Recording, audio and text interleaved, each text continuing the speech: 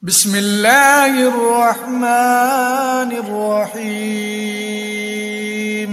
الرحمن علم القرآن خلق الإنسان علمه البيان. الشمس والقمر بحسبان والنجم والشجر يسجدان. والسماء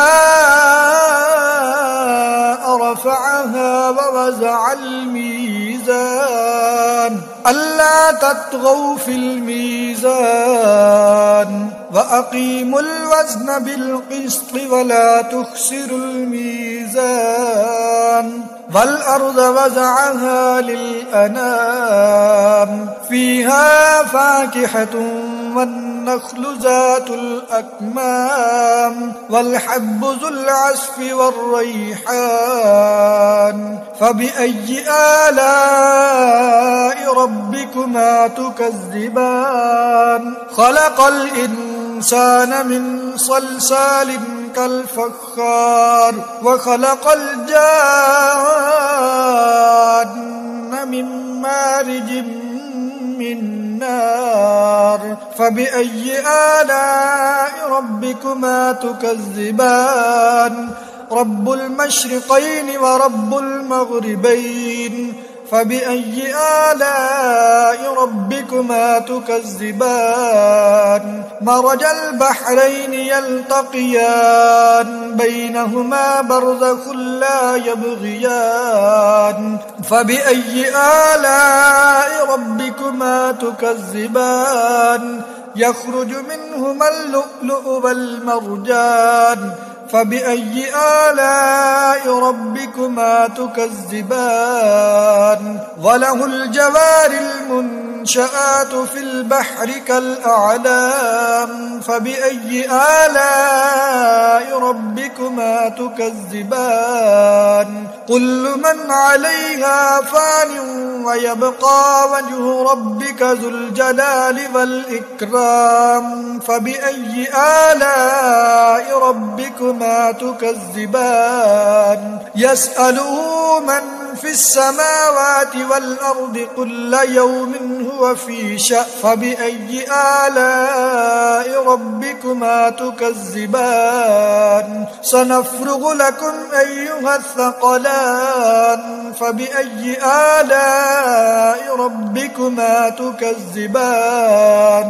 يا معشر الجن والإنس إن استطعتم أن تنفذوا من أقطار السماوات والأرض فانفذوا لا تنفذون إلا بسلطان. فبأي آلاء ربكما تكذبان؟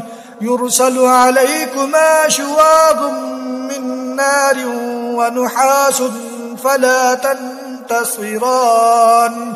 فبأي آلاء ربكما تكذبان؟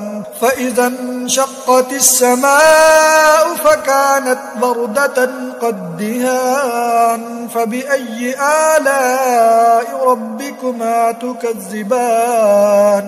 فيومئذ لا يسأل عن ذنبه إنس ولا جان. فبأي آلاء ربكما تكذبان؟ يعرف المجرمون بسيماهم فيؤخذ بالنواصي والأقدام. فبأي آلاء ربكما تكذبان؟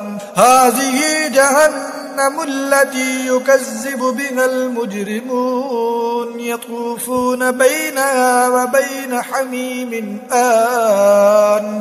فبأي آلاء ربكما تكذبان؟ ولمن خاف مقام ربه جنتان. جنتان فبأي آلاء ربكما تكذبان ذواتا أفنان فبأي آلاء ربكما تكذبان فيهما عينان تجريان فبأي آلاء ربكما تكذبان فيهما من كل فاكهة زوجان فبأي آلاء ربكما تكذبان متكئين على فرش بطائنها من استبرق وجنى الجنتين دان فبأي آلاء ربكما تكذبان فيهن قاصرات الطرف لم يطمسهن إنس قبلهم ولا جان فبأي آلاء ربكما تكذبان كأنهن الياقوت والمرجان فبأي آلاء ربكما تكذبان هل جزاء الإحسان إلا الإحسان فبأي آلاء ربكما تكذبان ومن دونهما جنتان فبأي آلاء ربكما تكذبان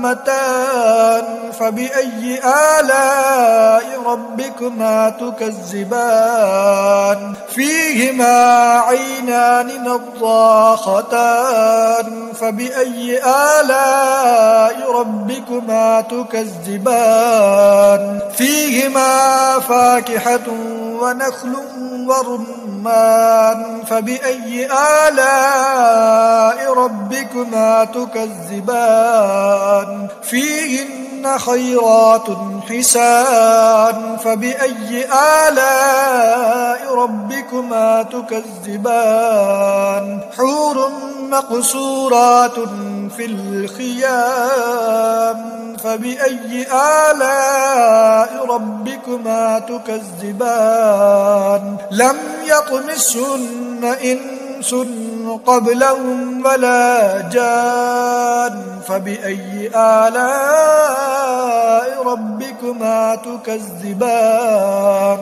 متكئين على رفرف خضر وعبقري حسان فبأي آلاء ربكما تكذبان تبارك اسم ربك ذي الجلال والإكرام